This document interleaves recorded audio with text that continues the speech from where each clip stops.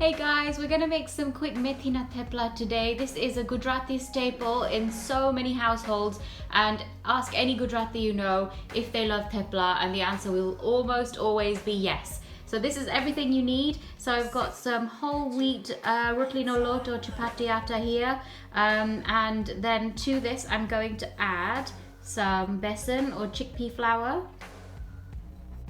So to our whole wheat roti no lot or chapati atta, we are going to add some sesame seeds, some Kashmiri red chili powder, some ground turmeric, a little bit of crushed garlic and salt. And here I've got a little bit of jaggery. We're not going to put that in just yet. I'll show you what to do with that in a minute. But the rest of these can go straight in to our dry ingredients here. And then what we'll do is just give this a really quick mix. Mix it all around, and then our next step is to add our methi or chopped fenugreek leaves. I've got some fresh methi leaves in this bowl, and that is just going to go straight in. If you don't like methi, then you can substitute this with some coriander, some chopped coriander, or even some chopped spinach, and that will give it that kind of lovely methi look and feel without the strong flavour of fenugreek, if that's something that you don't really like yourself.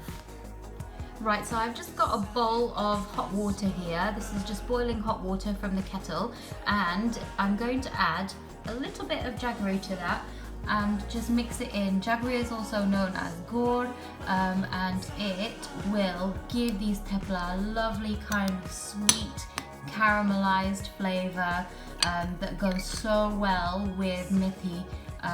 The two together are just really delicious and make for a lovely kind of Gujarati style flatbread.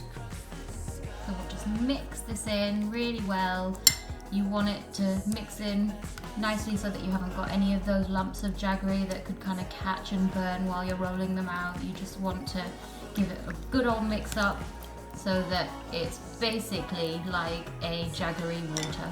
So I've got all of my dry ingredients all mixed up really well. You'll remember that we added all of our seasonings and spices and the fenugreek, and to this we're just going to make a little well in the center, and in this well we're going to pour in our jaggery water, the gur waro pani that we just mixed, and secret ingredient, some almond milk. And traditionally lots of people like to add some yogurt to this, but to keep it vegan we're going to add some almond milk that we have just warmed very slightly. Right, now my water is all mixed in, and I'm going to add now a little bit of oil, and adding the oil in at the end just gives the dough like a nice kind of smooth finish.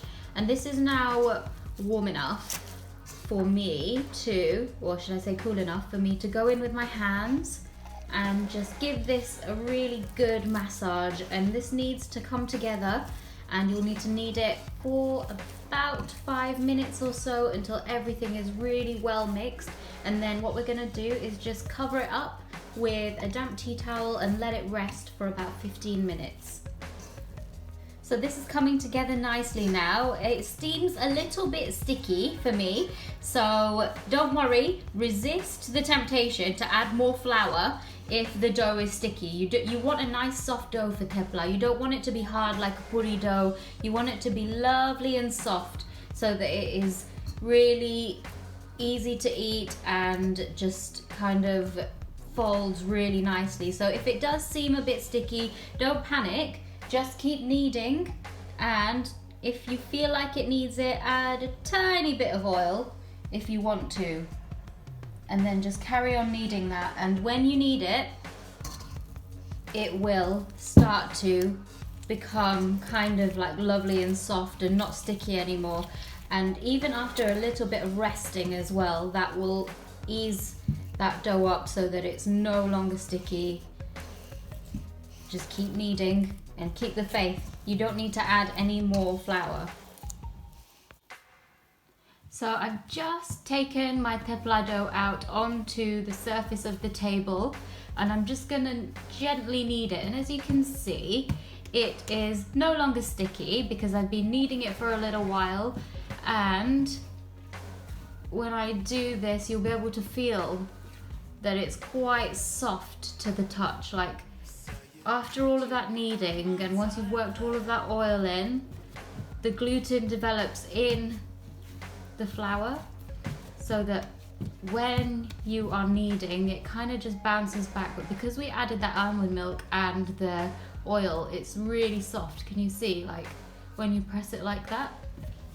And that's how good thepla dough should be. It shouldn't be hard. The more flour you add, the harder your thepla will be, the more brittle they will be, and they'll be harder to roll as well. They won't turn out lovely and soft.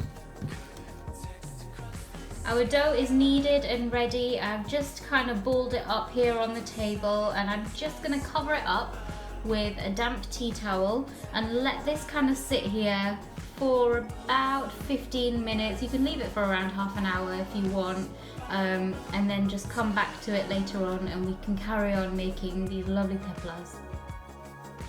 My thepla dough has been resting for about 20 minutes now. What we need to do is portion this out into equal pieces so that we can roll it into little balls, and then we will start rolling them out into the flatbreads that they're going to become. So I'm going to start by dividing this dough out into equal portions and just roll it in between my palms like that. And if you want to be double sure on sizing, you can just pop it on a digital scale like that. And look at that, 51 grams. It needs to be about 50 grams, and you'll get about 20 thepla out of this dough, which means that you've got enough for leftovers tomorrow. And these just need to go into a little bowl, and just leave it aside until you have rolled out all of your little goina, as we call them in Gujarati. And oh, that one's a bit over. To take a bit off and just check it and make sure that it's about 50 grams, which it is. Perfect. My thepla dough is all portioned out now, as you can see, and I've just taken a little bit of extra flour, the same flour that we use to make the dough, and that is just going to be used as we roll these thepla out, and that's going to stop them from sticking to the board, so that you can roll them nice and round without it sticking or making any holes or anything in the surface of the dough. So I've got my little goinu here, and I'm just going to dip it in a little bit of flour and bring it back to my board and just start rolling it. And one thing I like to do is to put a little bit of flour in the middle and just crimp it up like that. And what that does is just creates a little bit of a double layer, and will also make sure that your edges on your thepla are nice and smooth. You haven't got those kind of crinkly, craggy edges. It'll just make sure that they are lovely and round as well, and you've got a better chance of getting them to rise. Cool. And just keep putting even pressure all over and encouraging it to turn as you do. And if it starts sticking, that's no problem at all. All you need to do is just pick it up like so, dip it in a little bit of flour, and then just bring it back to your board and make sure that you're rolling the same side that you were rolling the first time. Don't go rolling both sides of this, and you'll get super quick at this eventually. And they'll be lovely and round. Just keep going until they're nice and big. You want these to be bigger than your standard roti, Gujarati roti anyway. And when it gets to about this kind of size, you are almost ready. You want them to be nice and thin as well.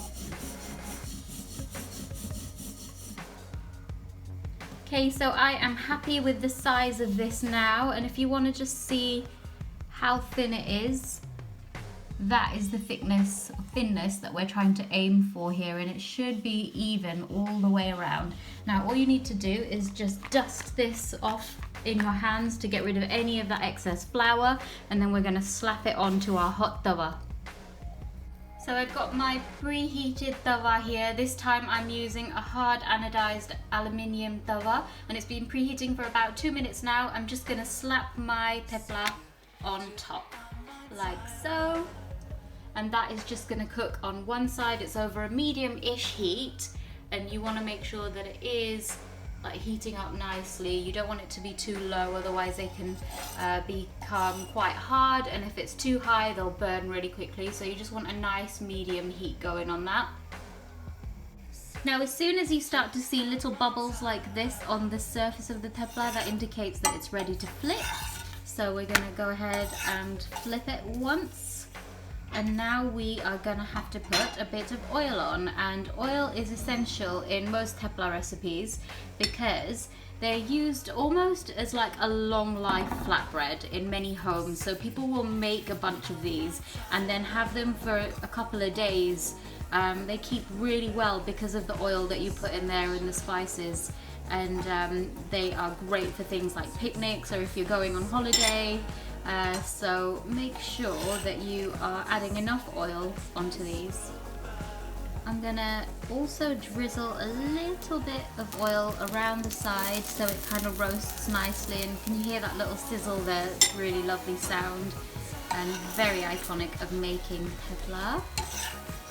And that will start browning really nicely on the base. And because we've got our little methi bits in here, even though we finely chopped it, sometimes you might get like bigger bits, and look, as you can see, mine's a little bit broken there, so that's completely normal, don't worry about that. Once it's like this on that side, you want to just do the same on the other side, just roast it a bit. If it's looking a bit dry in places, then you can go ahead and add a little bit more oil and just spread it around.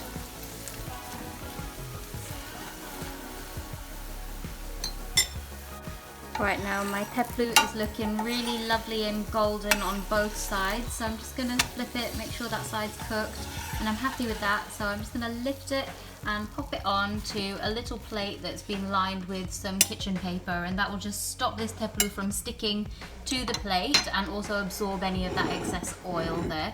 So we're just going to go ahead and carry on making our thepla, and what we'll do is stack them on top of each other so that they remain nice and soft. Just got another thepla going here, and it's cooked perfectly on that side, and I'm just going to add a little bit of oil to that and spread it around so it roasts really nicely. It's really soft as well. These theplas with the almond milk are so lovely and soft inside, and that is looking pretty perfect to me. I'll bring it over here with the rest of my stack. Doesn't want to go. My thepla are now ready. I've rolled them out and cooked all of them, and I just wanted to show you how lovely and soft they are and how thin they are. And that is the great work of the almond milk that made these thepla completely vegan, and you can serve them as they are on their own. My favourite way to eat these thepla is to roll them up like this and dip them in my masala chai for breakfast, and they are super yummy. Enjoy these. I hope you make them and let me know how they turn out for you, and of course if you want to, please do send me pictures. I'm always really happy to see your remakes.